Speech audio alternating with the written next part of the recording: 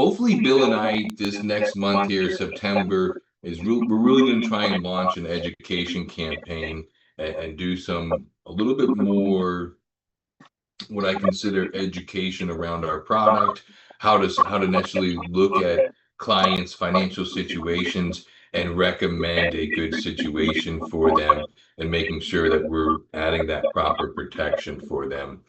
Uh, Whether it be our financial foundation or even one of our term products here. So one of the things that kind of that we have to kind of discuss is how do we necessarily service the middle class America and build wealth for them, right? What's the proper way to do that? And necessarily, what are the building blocks, so to speak, that we got to put in place, right? And there's a few things that when we teach finances to folks and talk about insurance and setting that proper protection, right? And building a wealth plan or strategy for your family, first and foremost is protecting what we can produce ourselves. So what do I necessarily mean by that? Your greatest wealth building capabilities, asset is yourself, right? So you yourself, if you cannot, what I'll say, go to work or create, right, to help build, then you yourself are going to will be less income, right? Bring in less income, so to speak. So that's why when we look at setting that foundation, life insurance, and particularly today with the living benefits, chronic, critical, and long-term care are truly the um, first building block because everything else going forward does not happen if I'm not able to physically perform work, whether I'm passed away too soon or physically, meaning I have a chronic or critical illness event. A lot of us talk about that as we age, right? That's going to happen in the near future. But unfortunately, there are times where that happens to folks that are not of older age, right? There are car accidents, right? Accidents at home that happen that could put us into a chronic or critical event before we're necessarily expecting that or having to plan for that. So what I'm getting at is necessarily layering that foundation and going back to the middle class. When we look at that income wise, about 50,000 to say 120,000, when we use the baseline of just a multiple of 10, we're at a half a million to $1 million of coverage. So how do I, as an insurance agent, make sure that I'm properly providing that insurance coverage for my clients and still being within their budget, knowing that a lot of us, right, are necessarily living paycheck to paycheck or possibly one kind of big emergency from a big financial crisis. So that's where we have to necessarily what I consider use science, right, to find out that dollar amount, but maybe use a little bit of art to reach that dollar amount of coverage. So today, what I'm going to go in is using that blend of coverage of how we get to $1 million of insurance by blending both our term policies and then putting in that permanent policy.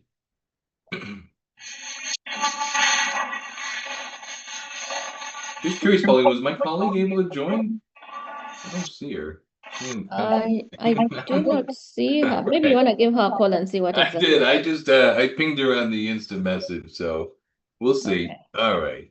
So, real quick, for folks that aren't aware, this is our illustration software, but I think most of us are aware of this.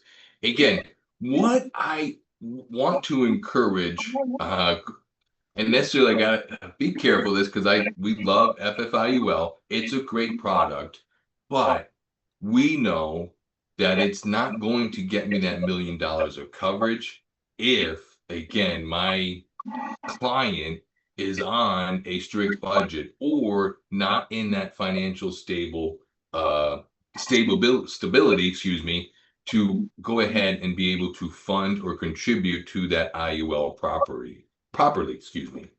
So I want to try and start a mission, so to speak. Let's go ahead and lay the foundation of a term policy.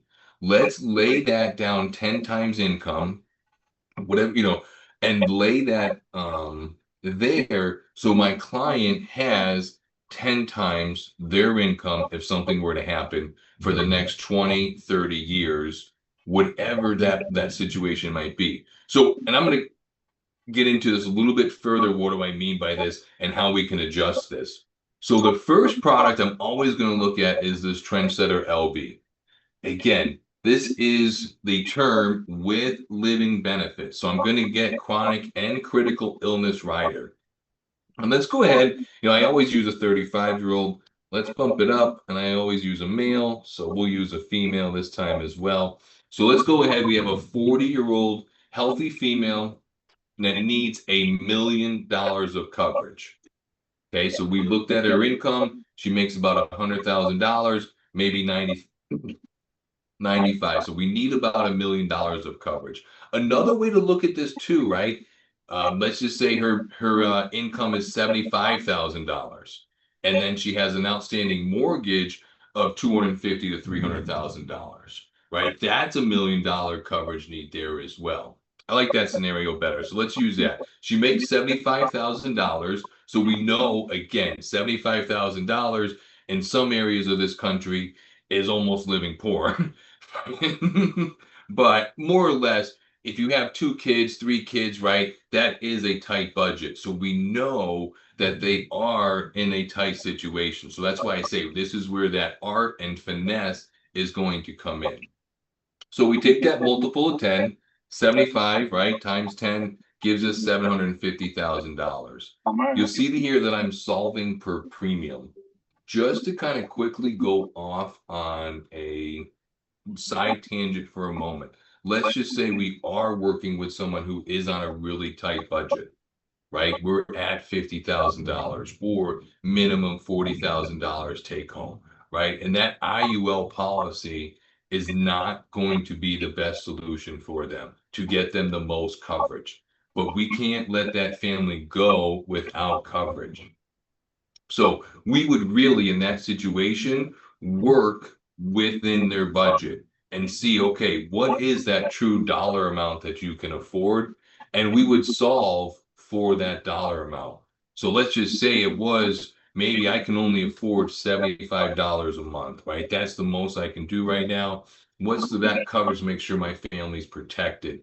And then we come back, because we're not going to necessarily sell this policy and leave that client, right? We are going to be with them going forward. We are their financial planner. You want to take on that responsibility here. So we just put that dollar amount, 75,000, and we know for her, she can afford almost over $500,000 of death benefit coverage for that $75.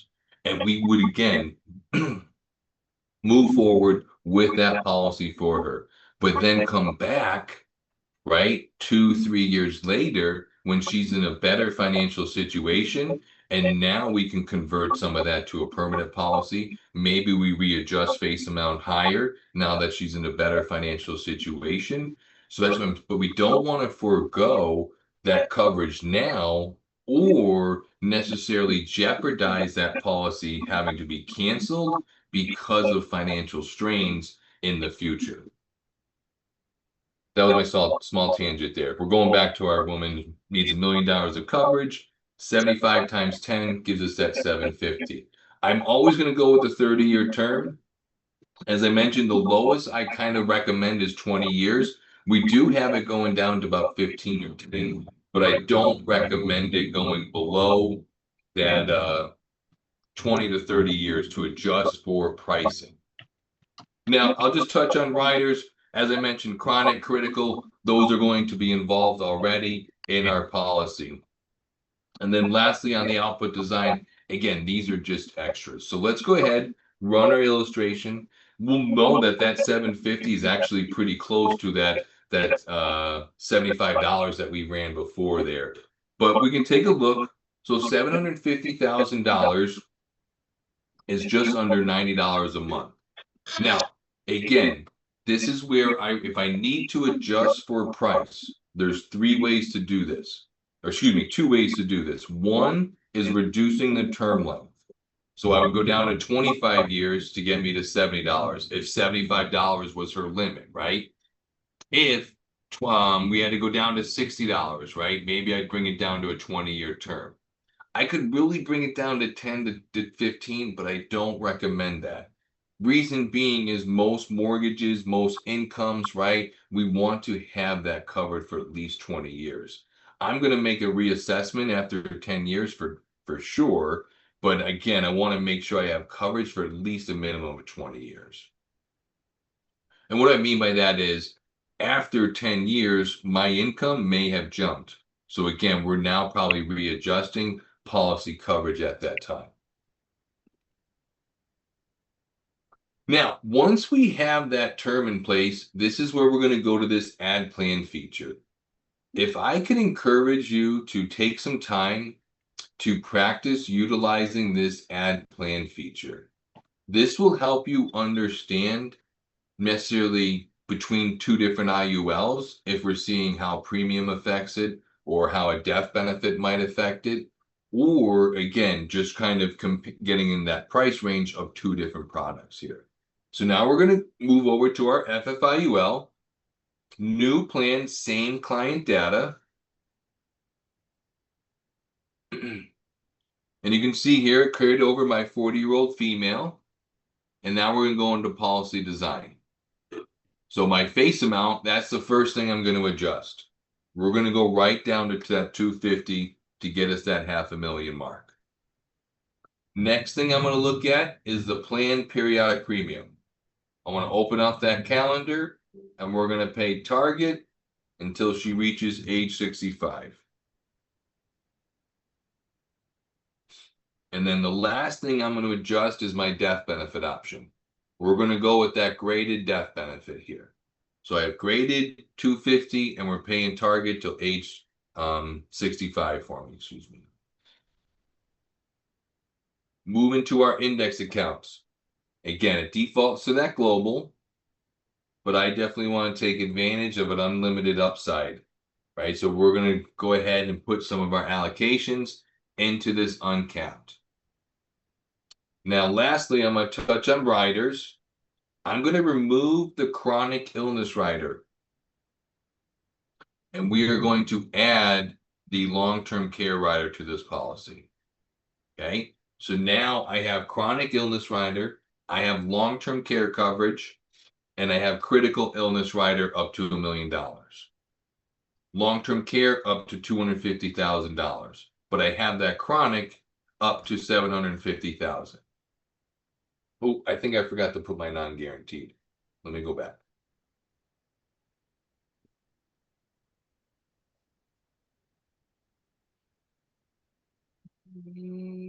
We'll add that one too.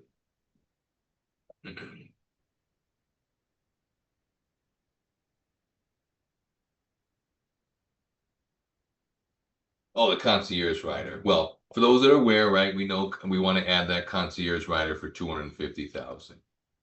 I've been working with a lot of folks in Virginia lately. They're a little disappointed for those that are in Maryland to have the rider there and the other states as well. All right. So why I like to use this add plan feature, it gives me my first plan, my second plan, and now I can see a complete price necessarily, or we can call it premium for my client. Right. And I know if this is not within their budget, I can make some adjustments. We can bring down the premium on the IUL a little bit, not too much, because we still want to fund. And then also, if I needed to adjust that on the term side, we could do that as well. But let's go ahead, dive into a little bit of the illustration here. And let's go actually right to our living benefits first.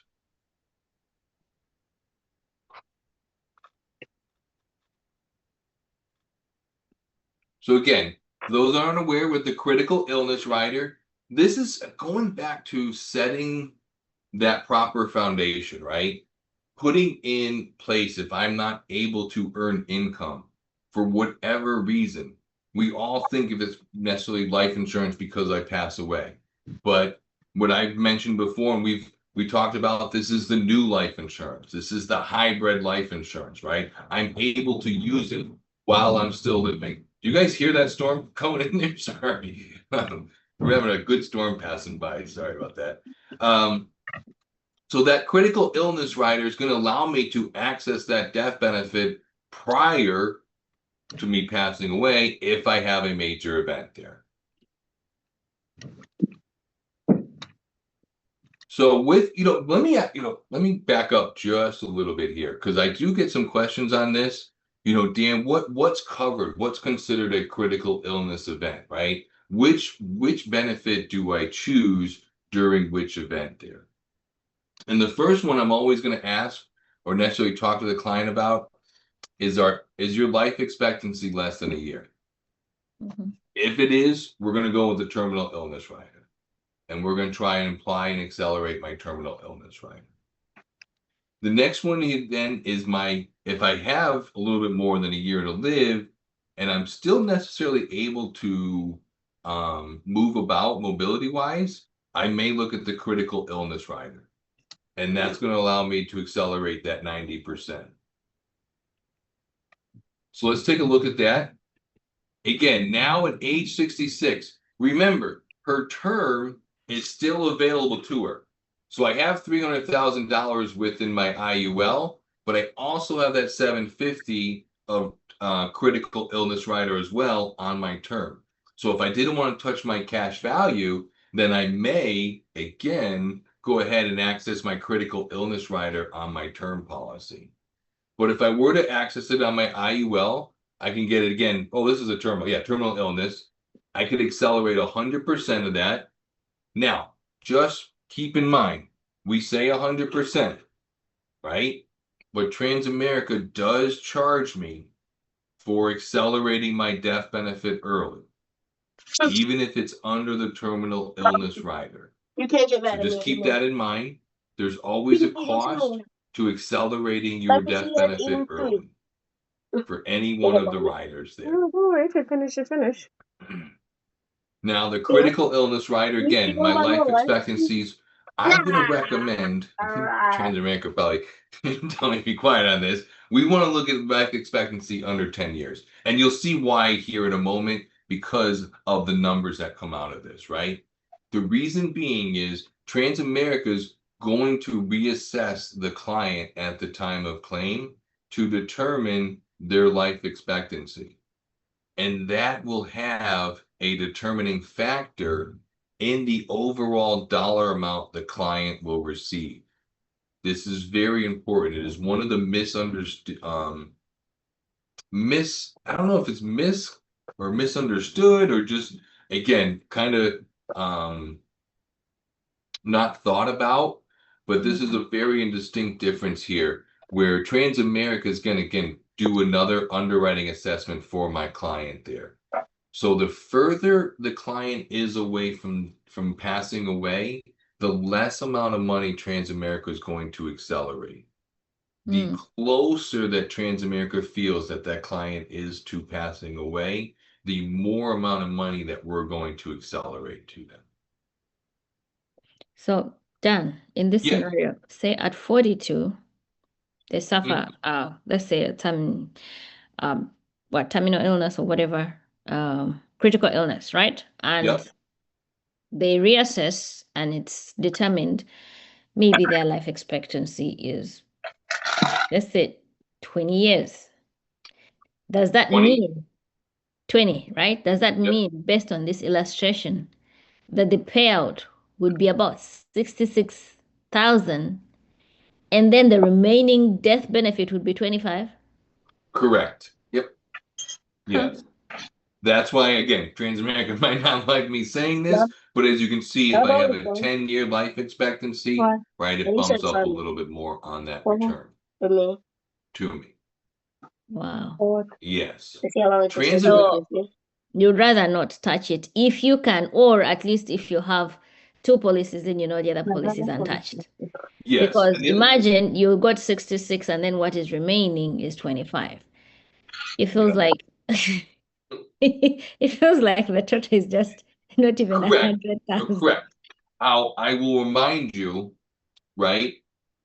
Just keep in mind, so I got $66,000 in this scenario, right? Mm-hmm. And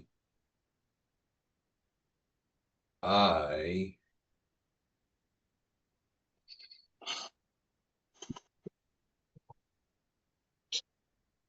paid $6,000 into the policy. I mean, yeah, it makes sense, but humans now, no, but my policy was 250. Duh, you paid 6,000, you're getting 66, but I got you, Yeah. but I mean, it's good to I understand just the made things, because that's 10,000. where people get, it's a it's a huge misunderstanding, because human nature at that point, they're not thinking about how much they've put in. Their eyes are now on the 250,000.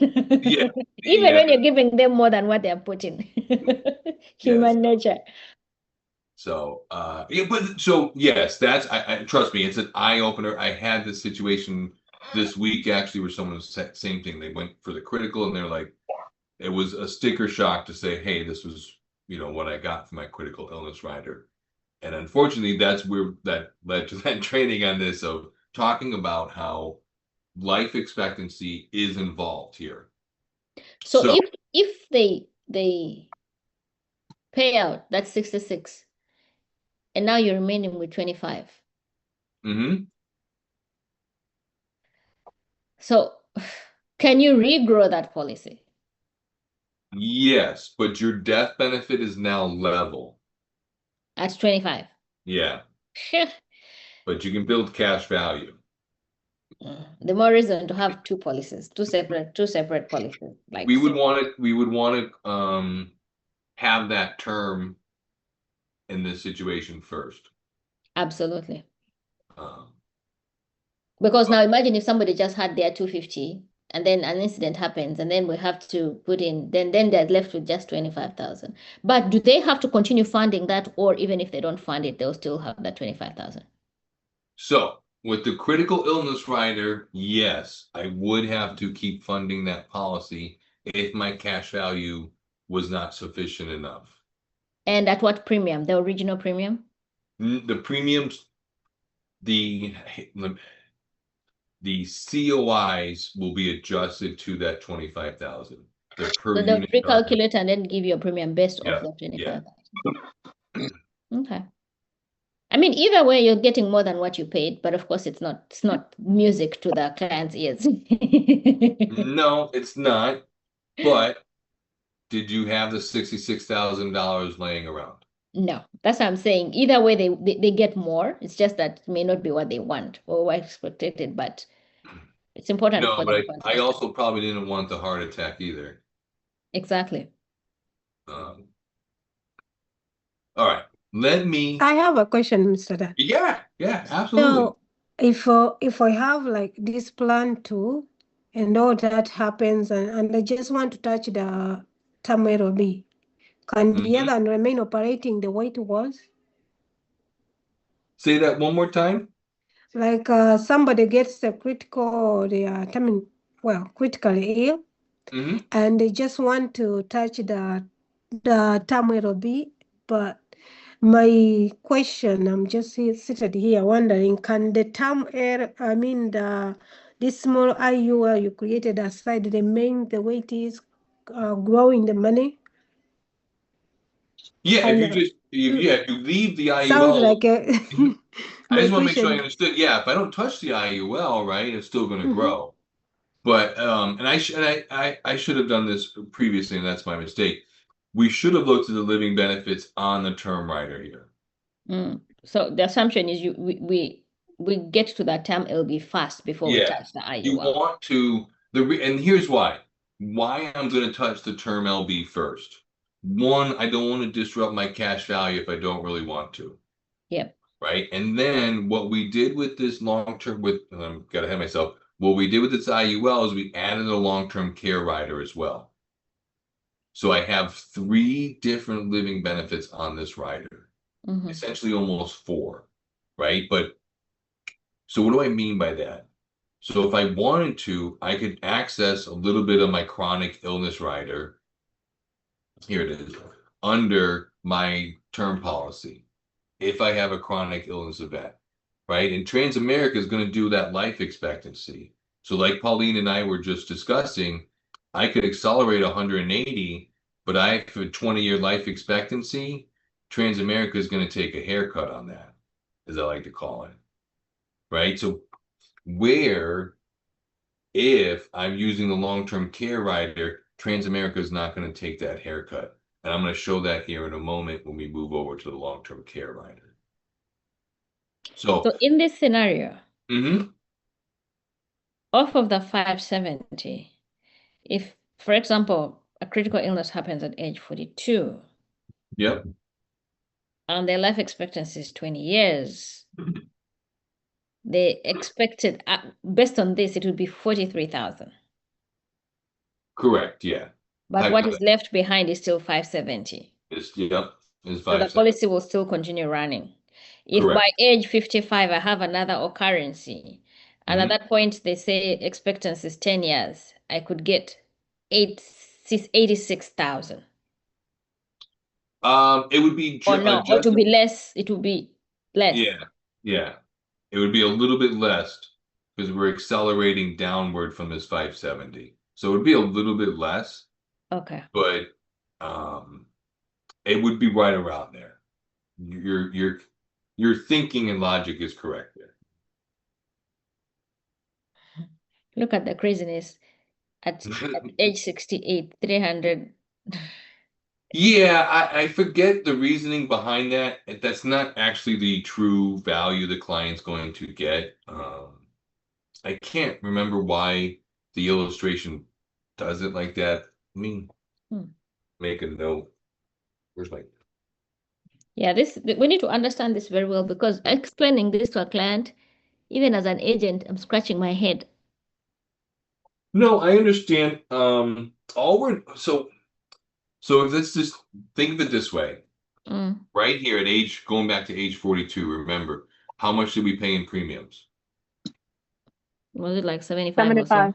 Right? 75 for like 2 years, so maybe $1,000. Then there's almost 43,000. You got 43,000, right? So Transamerica just said, okay, I collected $1,000 and I gave out $43,000. Makes sense. Like, I got to take in consideration. Now, all of a sudden, too, the $75 a month that I had planned to collect going forward for the next 30 years has been adjusted downward. And so now the premiums will reduce. Now the premium's lower. So Transamerica, it paid out $43,000, and then on top of that, reducing the amount of money that's actually going to take in that is planned from you. So we have to take that into consideration, and that's what you're seeing here. Okay. And if that happened at age 55, we're talking... Well, now at age 55, it's a little bit different here. Transamerica is taking, now we look at it and say, okay, we're 15 years into this policy. I still got 15 years left on the amount of premium, so it's less than what if I was taking it at 42. So the present value, what I mean by that, the suspected amount of premiums that I'm going to collect is shortened, right? So it's okay that I've now collected some of this amount of premiums too.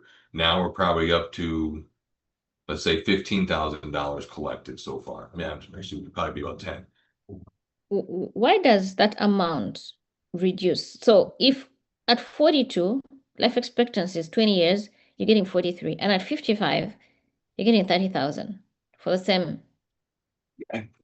Again, it's been a while since I've been over this on this one, exactly why that reduces. I apologize. That's okay. It's just weird, right? You would expect it. And I forget. It has to do with the illustration and how it's structured and what it's taking consideration for life expectancy at age 55. and I can't remember. So let me circle back on that for you if Okay. you don't mind. Sure, yeah. Mina?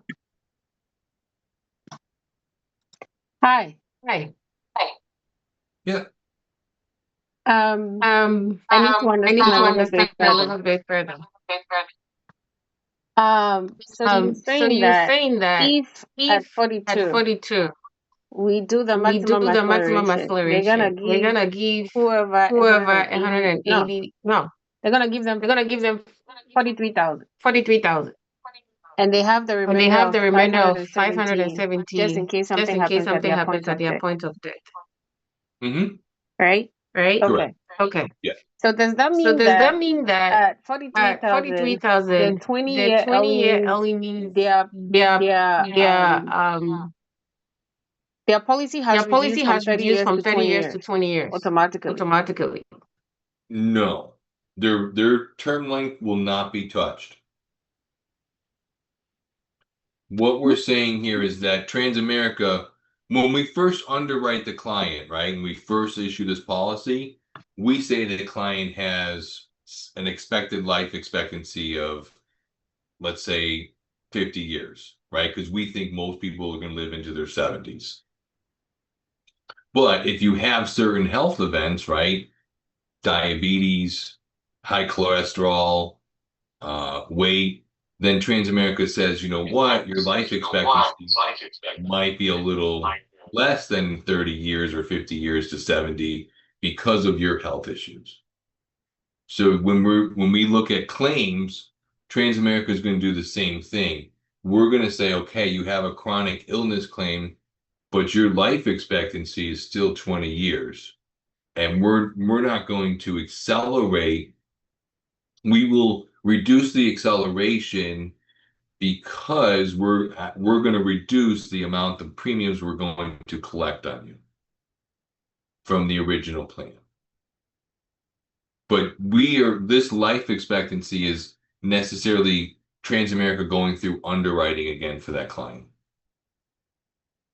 We're going to look at those medical records again and then reassess that claim. So based on So based the on the homework that they homework do that they on you, do on you, practically practically your health your check, health check, they are the ones they are going to the ones determine, going to oh, you determine, have a oh, you have 20-year a life 20-year life expectancy left, you expectancy have a left, you 10-year, have you have a a 10-year, you 3-year. have a 3-year. So based on So that, based and on they'll that, give and you they'll that give you that amount amount equivalent equivalent to correct in reference to in your reference policy. to your policy. Yep. But when you're But when you're 68, they give you only 68, they give you only $300. That's not $300. fair. That's not fair. We're not gonna. That won't happen. I promise you that won't happen. And if it does, Mina, you call me right away. That's if you remember, huh? Well, I don't know if Mina noticed, but I called her on my cell phone and she didn't. I don't know if she even recognized that. Could have had the cell phone number there. So, let me, because we're on a great subject here, okay? Because we're talking about life expectancy, and this is a great segue over into the long-term care rider.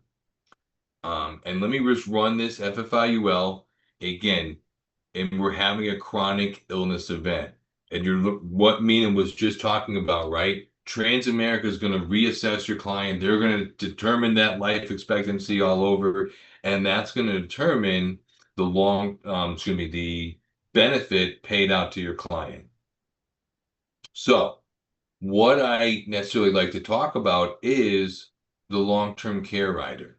So let's take a look at this scenario here, where I have an event at age 81 where I need long-term care coverage. Same thing as if I was needing a chronic illness rider. So when I look at my death benefit, I have about $426,000 of death benefit coverage. Transamerica allows me to accelerate 24% of that each year, which works out to about $102,000 a year. Where the long-term care rider is different from the chronic illness rider is there is no life expectancy.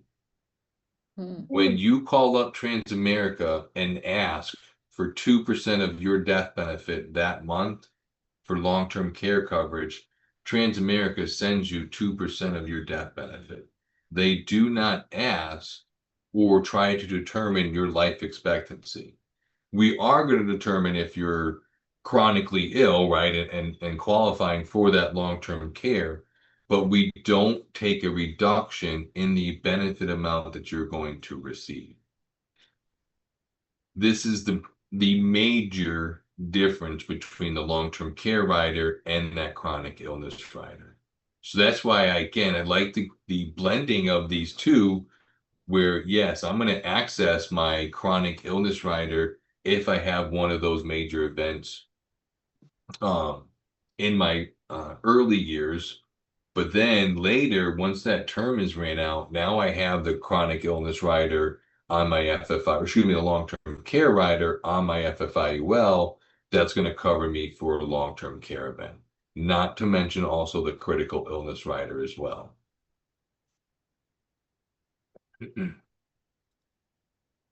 Now, if you want to and have the time to, because I certainly didn't or have not done that, nor really have the motivation to either. But let's just take a look at these rider charges. What am I getting at? Because the question I get sometimes is, what's the cost necessarily of having the long-term care rider versus having the cost of the chronic illness rider and accelerating it at the time, and having Transamerica at that time determine the cost of my rider, right? That's where another thing kind of comes into play.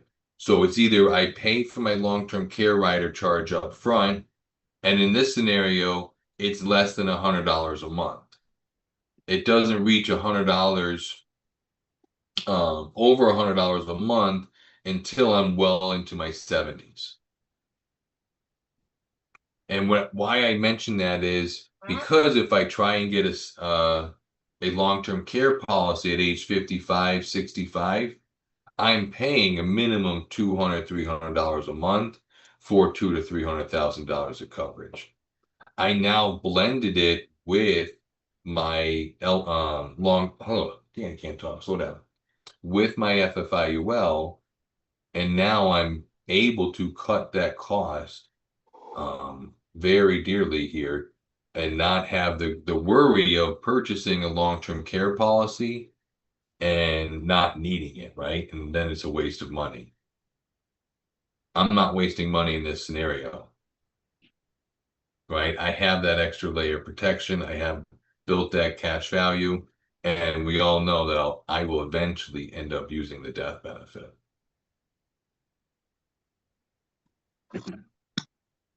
So just to touch on that, right? What I was trying to get at is the long-term care rider versus the chronic illness one. What's going to be most cost effective? In my opinion, I believe the long-term care rider is more cost effective because it gives you more control over your policy and how much you're going to receive.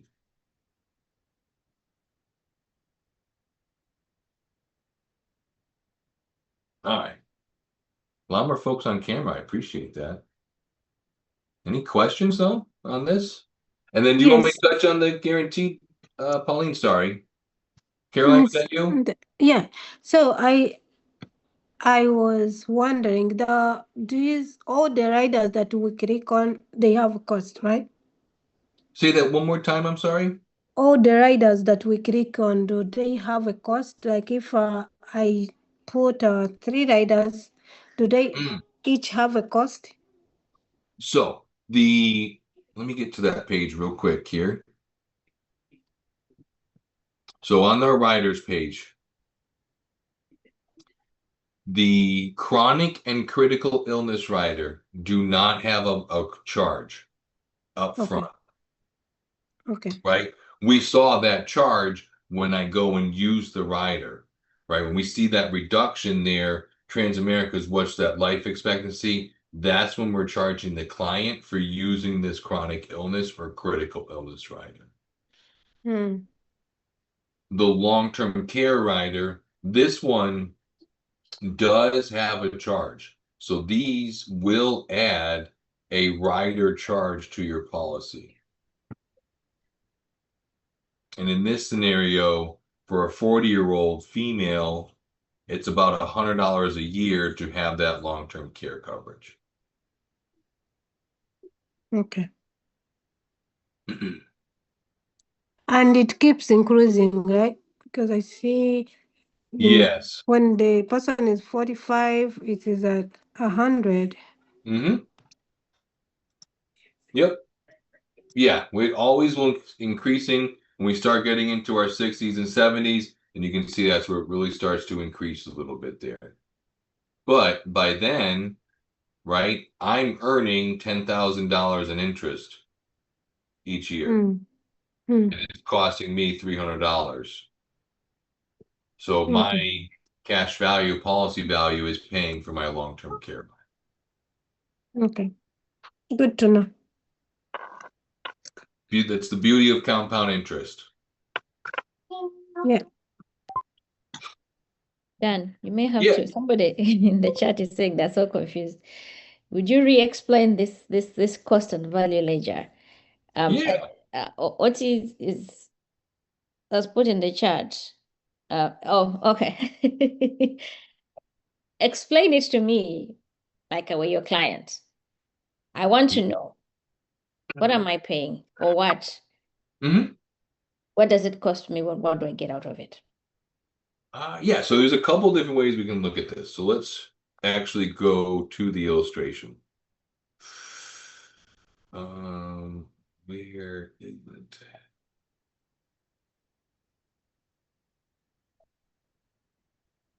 So this will actually outlay the cost, but then within your actual policy, there is the actual cost here that you can discuss. So the first one we saw was that premium expense charge, right? So this is the percentage. It's 4%, as you can see in all years. Transamerica gives ourselves a little bit of wiggle room to increase it to 6% if we need to. I've been with Transamerica for over 15 years. We have not increased this once in those 15 years. But that doesn't say it doesn't mean that can't happen. But what is this charge actually for? What's this needed for? There's two things that's transpiring here. One, taxes. Okay, we are making a sale in the state. And we know when we make a sale, Uncle Sam wants to be a part of that. So these are helping us with state taxes. The next thing is what I consider credit card fees. When you go to a restaurant, you ever had it where the restaurant owner or managers, if you pay in cash, you can save 3.5%, right? Because of the bank fees. It's the same kind of process here. So we're taking care of taxes and we're taking care of the bank fees that Transamerica encounters. So that's the premium Expense charge. Are you under what are you under the narrative summary? What page are This is narrative summary. Yeah, page. Okay, I know it may be different 17. for everything, but okay, narrative summary. Premium expense. Now the next charge in that column is, let me go back to that, is actually let's go here, is going to be the base COI, which is cost of insurance. This again is based on the client's age, risk class, and face amount. I think it says it. Oh, and I forgot one. Yeah, face amount, age, sex, and class, risk class there. So that's what's going to determine that client's COIs. And that's why, Caroline, where you were saying your COIs, those are increasing, right? Because the client's increasing in age. So that increases each year slowly. The next. Can you please go back to the table? The table? Yeah, of course. Thank you. Let me go where they actually have the charges, though, for us. Here we are. Did you have a question? No, I just wanted to see the table again. Thank you. Okay, yeah. So then the COIs, again, that's based on face amount, sex, gender, and risk class. The next one is going to be the IAMC charge. This stands for Index Account Monthly Charge. So this is a percentage that's deducted from my policy value. And this is to help maintain those index accounts. So the way I explain this is, again, Transamerica has to employ people to help my money grow, right? They need to take our collective premiums and go out and make more money with those premiums. And we need to hire the brightest and smartest people to be able to do that. And that's what this fee helps us do. However, what the great thing about this fee is, it's actually covered by the floor. So this fee on an annual basis is 0.72%. 0.72%. My floor is 0.75%. So again, just keep that in mind. It necessarily gets washed out by the floor. So is that why some people say it has no management fees? But this is Yeah. but it's gonna depend on the carrier then, because some carriers have a flow of 0. And then we have a fee on top of that. So what's my actual charge on an annual basis? This is where Transamerica can say we have what's called a positive floor rate, a true positive 0 floor rate. Not every carrier can say that. Okay. But yeah, some folks kind of, I don't like to say that it has no management fees or anything like that, because we're telling you that it has a fee. So if I say that it doesn't have that, then I'm being misleading. Contradicting, yeah. Yeah. So, but I always point out, I'm like, yes, we have a fee, but let's look at what actually they guarantee my rate is. So it's almost like a wash loan. Mina has a hand up before we proceed, maybe. Yeah. Did you have a question, Mina? Sorry. Yes, my question was the LTC. When you showed the ledger with the I believe the death benefit, it was more as like dollar to dollar, right? Yeah. Dollar to dollar. So, and then you said the acceleration, no, the percentage rate was between 0 and 24%. Like Yeah. how So much? Yeah, great question. I really appreciate that because I should have clarified a little bit more. So Transamerica says 2% a month. So 2% times 12 gives me 24% a year. Oh, However, that 2% is still restricted by a government regulation called the HIPAA per diem LTC limit or something of that. And I think the daily limit today is like $427, $430 per day. So is that per day. Is that what they say puts it at no more than 20 a month, 20K a month?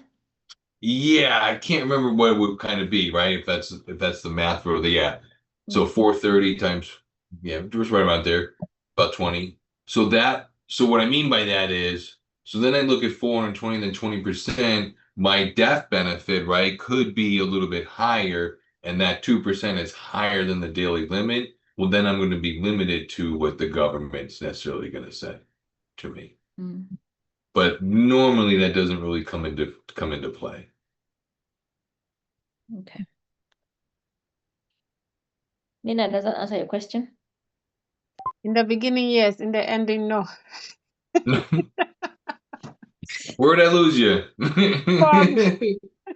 From 400, you saying like on a daily average, you getting $400. Yeah, let me see. So it's gonna be 400.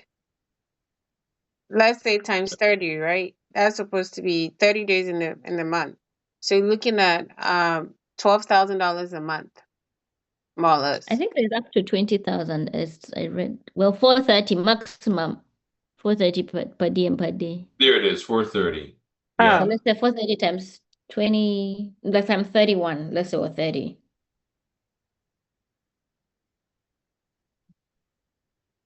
$12,000. So that means they wouldn't give you more than 13,000 month. At this very moment, yeah. The Government is IRS says it. You can do what you want, but Transamerica is going to advise you not to go over that amount. So then you can take a loan to cover up if you have money. Interesting. Yeah. Okay. Yeah. Good to know the details. And that's just for long-term care, and that's just for long-term So care. Okay. yeah, so that's one of the kind of, I don't want to call it a limitation, right? But that is one of the kind of the It's actually drawbacks. age-based. Maybe it can increase with age. Well, yeah. Because it says it's I an age-based premium deduction cap and a 430 per diem benefit limit. Maybe it's not like a one size fits it all. So it means if you have a lot of money in your account, right? It's gonna be no, it's not, because if the limit is, let's say, 1,300, you cannot exceed that. Because even if you have, let's say, $500,000 in your account, you still cannot exceed that $13,000 a monthly limit. No, we cannot. But you have access to your cash outside the LTC itself. Yeah. Right. Yeah. Okay. The LTC just kind of, when you go on LTC, it protects the policy a little bit, right? I kind of get what I consider my policy's not going to lapse on me if something were to happen. So I have that shield necessarily versus taking loans. So if you keep tapping into the LTC, right? Mm-hmm. For like, let's say 10 years and you still pass away, do you still get your full death benefit? Minus my LTC that I've taken out. Okay. So here, right, we saw that. So here, the long-term care scenario. So if I pass away at age 83, I'm at 120 minus the 200,000 I've paid out in LTC.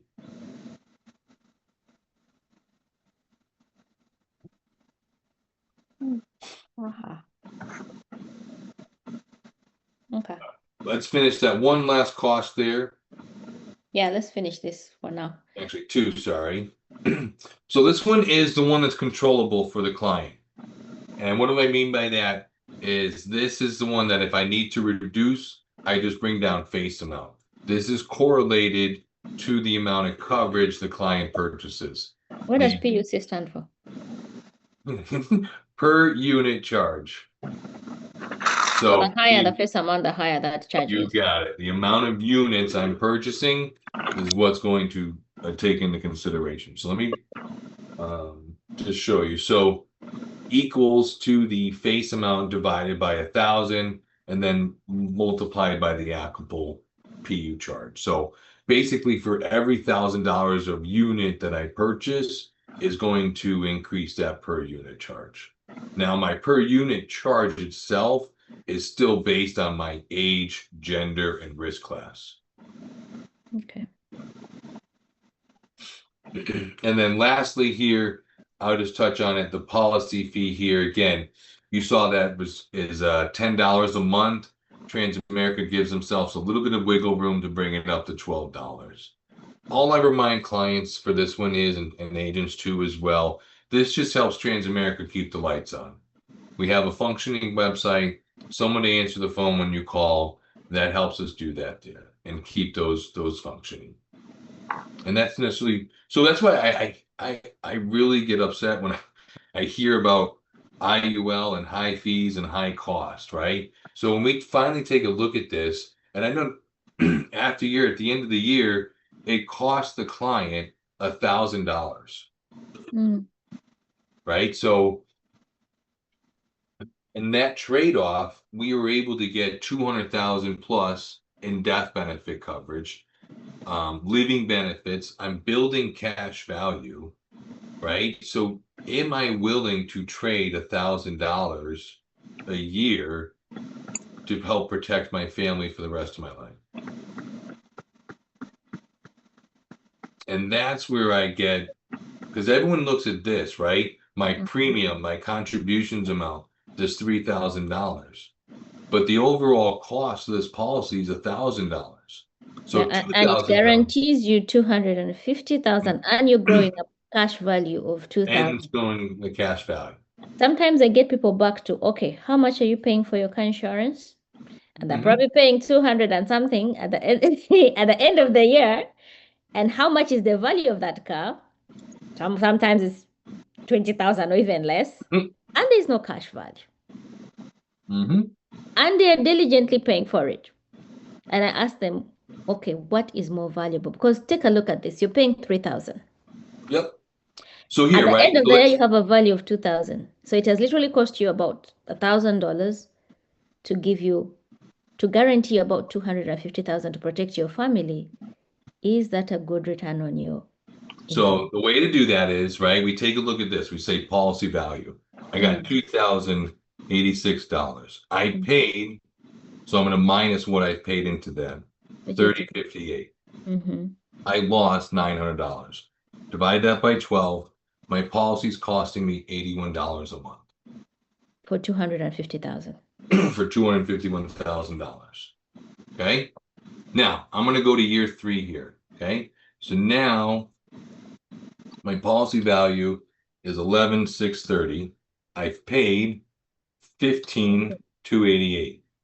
Mm. Now I got a $3,000 difference, right? But Divide that by 12. I've paid 5 years.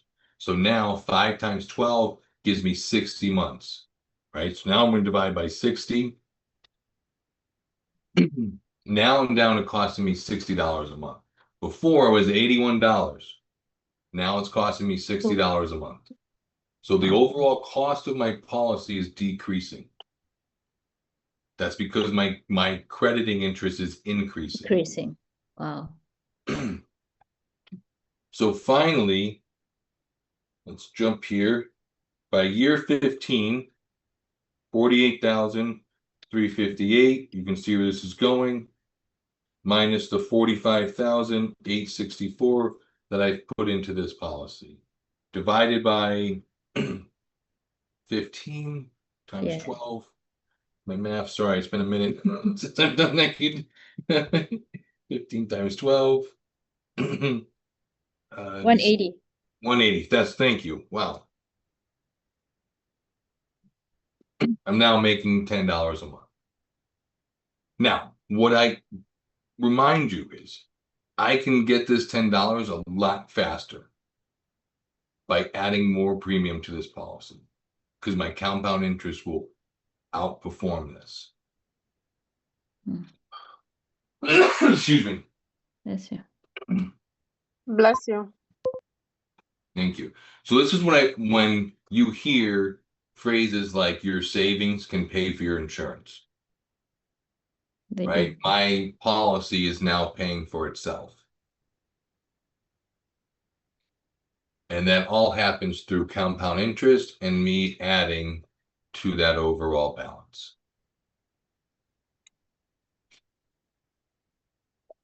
This is good. It's yeah, in the, like, you now really see what the policy is actually costing you, not just how come I put in 3,000 and I have 2,000. Are you forgetting this is insurance? What if something happens to you right now? Do you want that 3,000 or your eyes going to be on that 250,000? Well, that's why I say, right? It's a little bit of a sticker shock, but truly here, we got $1 million of coverage for just over $300 a month.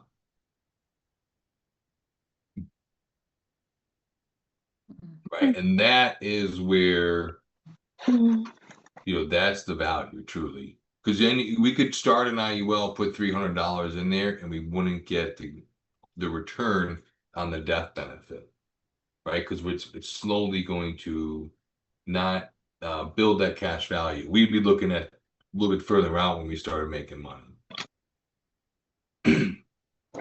And in comparison, because I know sometimes people are like, oh, when people say that IUL is expensive, I mean, it has a cost. But looking at what you just did, if you're to compare it to the term LB, let's look at the costs in that term in that term LB. It does have cost for sure. But can we toggle over to the term LB? Oh yeah. And look at I don't know if it actually has the Oh, it Like, doesn't. cost The display outline. may not actually show it. I But can't remember. We'll look at it. Hold on. I don't think it does though. No, I won't give you a cost click on internal rate of return. We'll see what it shows. outline. Just curious. So that's gonna show you, right, what my rate of return would be if I passed away. But you have to pass away. But you have to pass away. Yeah. Okay. Doesn't really. yeah, Yeah. So no, this one is really costing you, and the only way you're gonna get out of it is if you pass away. But then Yeah, there, um, at a point, your savings, what you're getting is actually Okay. paying for your policy because of the cash growth over time. yes, over time. Term is okay, term is good, but it's temporary. Yes. And 9 out of 10 terms are outlived. true. True. Okay. Cool. Let me see. Let's do a rain check. Is everybody clear or more confused than when we started? Mina's more confused, I think. Ochi, are we in a better place? Both. I guess we need to come back to this. Look, you know, here's when people talk about costs, because we're ending on this real quick, Yeah. just to kind of talk about it. And then Pauline was kind of suggesting this. We want to find out exactly what they're asking about. What cost are you really asking about? Right? Meaning we want to narrow it down. What was it that you were told that was a high cost? And that's what we're going to find. Yeah, I think we'll revisit this because what a lot of people are hearing, I hear, oh, IULs are costly, but we need to get good at actually explaining. You see what Dan did? Okay, let's really break down this actual cost. How much have you, and even really showing them this is the total charges. How much have you been credited? That is interest. How much are we guaranteed? How much are you, what is the value that you're paying for? You know, when you break it that down like that, someone now they will actually see the value. Yep. Because it's insurance, so every insurance has a cost. The term definitely has a cost. And if in fact, if it's a straight term, the only way it's going to pay out is if you die. At least if it has LB, then you know that at least should, you know, sickness happen and all that. But yeah, I think the ability for us to really get good and actually, because this is how people are coming back from TikTok. Oh, they say that IUL is very expensive. I can get you a term for less. Okay. You know, and now for us, we have both. But ability to show the value of determine, invest the rest, right? Yes, yes. Okay. There's a couple problems. Everybody forgets the second part of that. Nobody invest. Yep. They buy term, they go go on vacation. They go Car breaks down, new TV, new refrigerator, Louis Vuitton, right? latest trends. Remodel the bathroom, new floors, whatever it might be, right? That's the problem with the term and invest the rest. This makes a commitment. Also forces you to save in a way. Forces you to save a little for you too. The other thing is within term and invest, buy and invest the rest for term, right? That is one strategy, right? What I mean by that is that's not the complete financial picture. Yes. We want a holistic approach. I don't want to be alive at age 65, 70 and not have some type of insurance to cover me. Yep. Especially from a long-term care coverage need. And if you want, I have a somewhat of a way to combat that in term and invest the rest. And what truly happens when you invest the rest. We can pick it up from there next time. Yep. So we will be, let's see. You know, next month is Liam. For those unaware, it's Life Insurance Awareness Month. Okay. It's a big month, you know. Mm-hmm. I see that folks got a little bit more confused. Hopefully we can clear that up a little bit for you, Theo. We shall. They're confused because we don't usually navigate to this. So anytime somebody's seeing something for the first time, they're like, "Huh? Wait, what? What is that? What is this?" So We'll we'll definitely revisit do it. more session. So Yeah, but I think it was good. It cleared some. I like how you explained it. It actually breaks it down.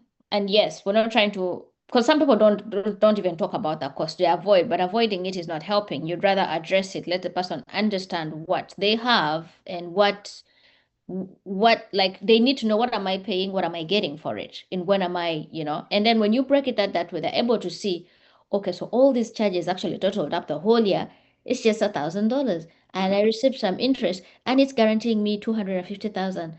That's a good investment, because should life happen, my family is protected.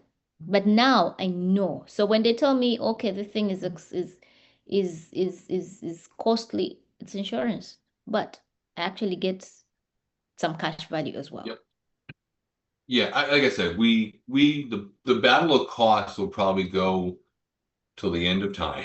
Which one's gonna But it's good when we understand it, because we can explain it rather than somebody coming back and yourself, these numbers look like, huh? Yeah, no, it's the lack of understanding, I believe, and frustration that kind of discourages clients. Yeah. But if you understand what you're paying for and what those fees are You will intended, keep it. All that I tell people, how come you never cancel your car insurance? Why? Because you know why you have it. Min, I think, still has her hand up. no, Amina's reached the question limit.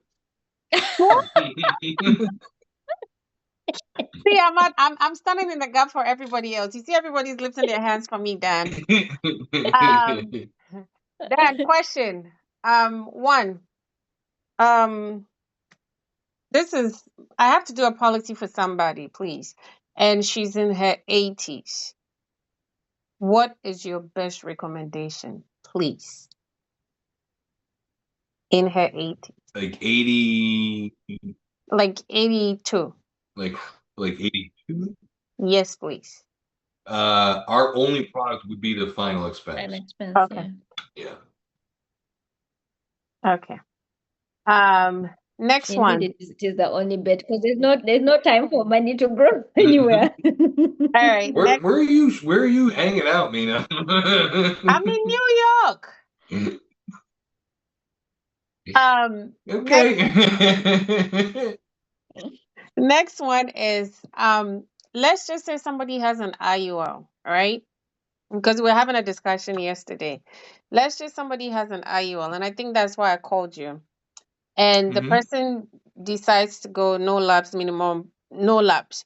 I remember you said something that I think I didn't want to get myself confused again. You said it's gonna lapse, it's gonna be like a term if the person is between like up to, was it 40 years or up to 45 years you said?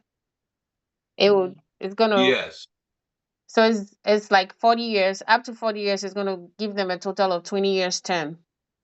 And then I think you said after 50 years, it's going to be a total of 10 years term. Was it 10 or 15 years? You gave me some numbers, but I got it messed up. So I was just wondering if you could help me out with that again. Yes. Give me Mhm. 1 second. Okay. So yes, if a client continues to make the minimum no lapse premium, hopefully everyone's seeing my screen here. You can see the policy will lapse. Okay, because the reason being is we're not building up that cash value enough as we saw, to make that number to help that policy pay for itself. Now, let me find what I'm looking for.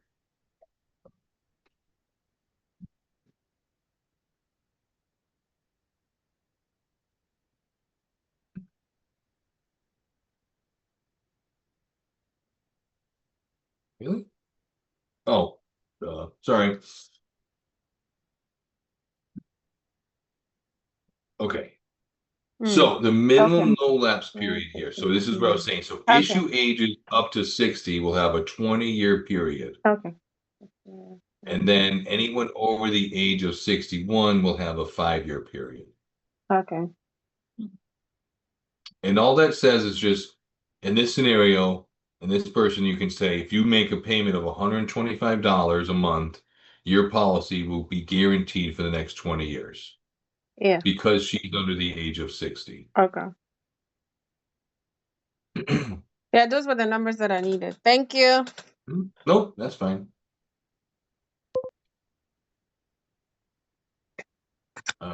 Oh, I have another one. So, Pauline, I have us for July. Wow, where am I? Exactly. You're going back into Wake up. time. Dan, are you hungry? Which of the above? No, I had lunch beforehand, so I made sure I was well fed before the meeting. What next week have you? But so no, I have September 10th for our next meeting there. Okay, Jen, September 10th. So next week, you guys, we don't have Dan. No. We'll try not to miss you. Well, you know, the full phrase, absence makes the heart grow fonder.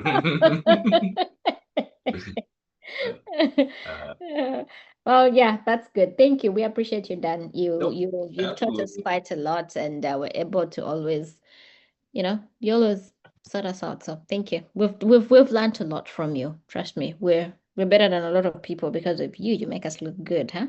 Well, I appreciate that, Pauline. Like I said, I just try to help as much as I can. And you're not setting us up. No. Based on our previous conversation. No. Oh, no. Okay, sorry. Yes, no, I'm not going anywhere. Okay. If I was, you would be the first to know. And we would try to convince you otherwise, because I would rally the whole team to be like, you guys have no idea what Dad is planning. We're good. Yes, no, I'm not going anywhere. Don't worry. Thank you. All All right, good. champions. Thank you, Dan. You're We'll welcome. see you on the 10th. I may not be on because I'll be traveling that day, but the team will be here. No worries. We can manage. I'll be here. All right. Well, good.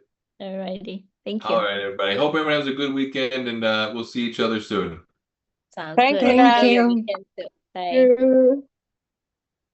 Bye-bye. Bye, everyone.